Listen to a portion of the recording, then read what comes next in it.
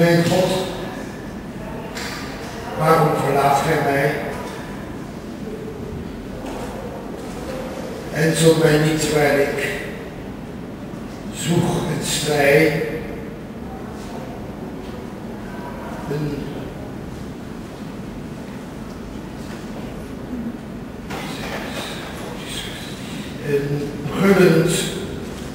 Een brullend klaag in de angsten die ik lei, dus geslagen.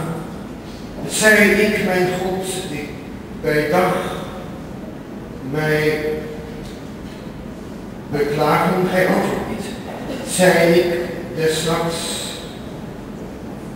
alom kermen, ik heb geen rust, ook vind ik geen ontferming in mijn verdriet, o God. Dat is een uitdrukkelijk verzoek van Laurens Bijl dat ik deze psalm 81, de wijze halen, om eigenlijk de zwartste kant van het leven aan te spreken, om te zeggen, indien wij in God geloven. Was bij Laurens Bijl niet het geval.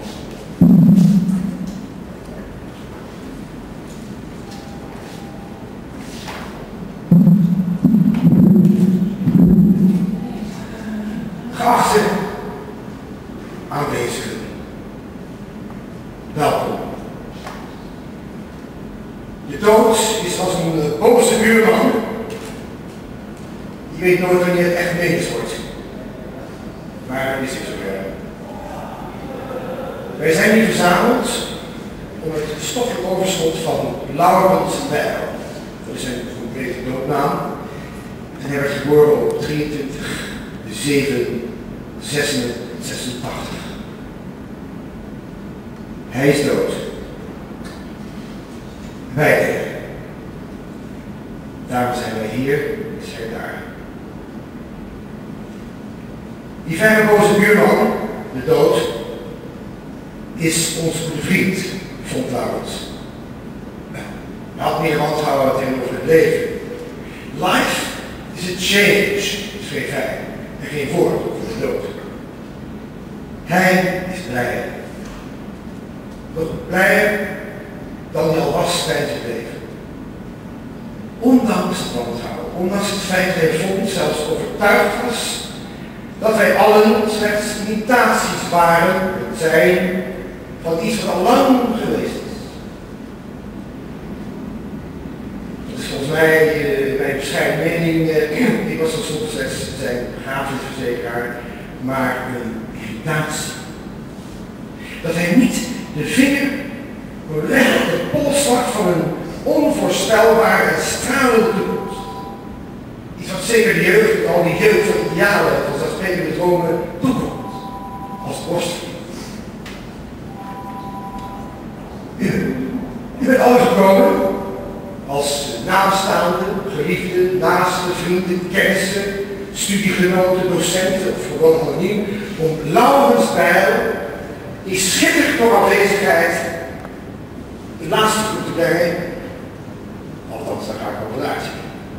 Ik zal me even voorstellen, ik ben Otto Wensink, ik ben OB, ik ben begrafenisverzekeraar voor kunstenaars. En mijn organisatie heet Ars Vita Longa Previs, oftewel kunstleven lang Pronts. Laurens Bijl, hier in het midden in een ruwe kist van Zweedse grenen, met een vat van splinters om zijn elfachtige gestalte, belichaamt als het ware op pijnlijke wijze de naam die onze begrafenisverzekering draagt. Hij haatte het woord kunst allang en hij leefde heel kort. Maar hij was kunst. En kunst betekent eigenlijk dat de uiting van een kunde, dat je dus iets kunt. Kunstenaar betekent dat je een kunde hebt en daarmee een uiting in een kunstwerk. Dat is eigenlijk heel simpel en makkelijk. Laurens, de gelauwerde, althans de Latijnse betekenis van zijn naam. Ik heb gezorgd voor wijnbank, dat is niet zo gewelddadig in de rest als triomf, dat is zo'n beetje met kleine luchtige pootjes. Eigenlijk zoals het voor mij Laurens ook was.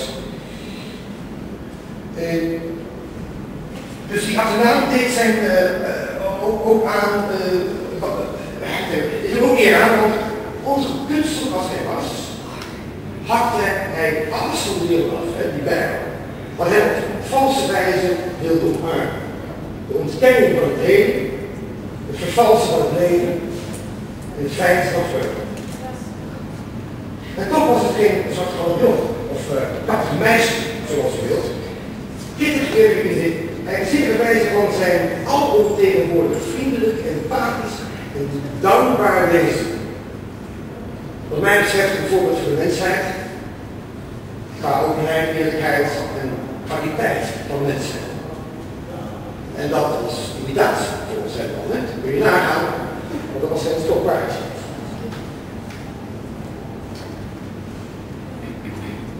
Dat beweren dat mensen in het algemeen en al zijn doen slechts een imitatie is.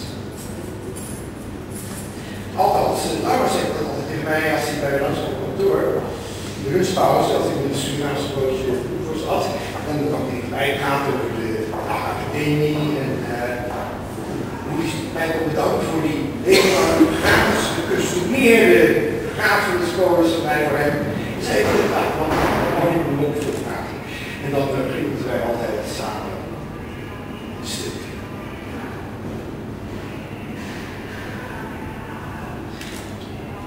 Laurens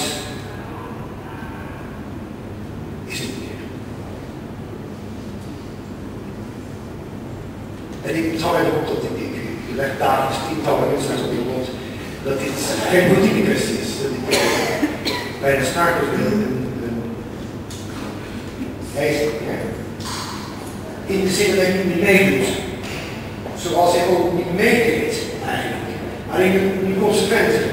Toch is hij nu ook het centrum van de aandacht. Iets wat hij vaak leek te willen. Hoewel hij in deze soort moment was. Dat is waar als het zo niet zelf. Een aansteller, volgens sommigen natuurlijk, heb ik ook gemerkt, vooral bij nagemaakt en aangepast en vooral hopeloos succesvol. Laurens is nu hier. Geachte anonieme, docenten, studiegenoten, kennissen, vrienden, naasten, geliefden, nabestaanden. En hij begrijpt dat u rustig afscheid van neemt. Want zijn heengaan was een besluit.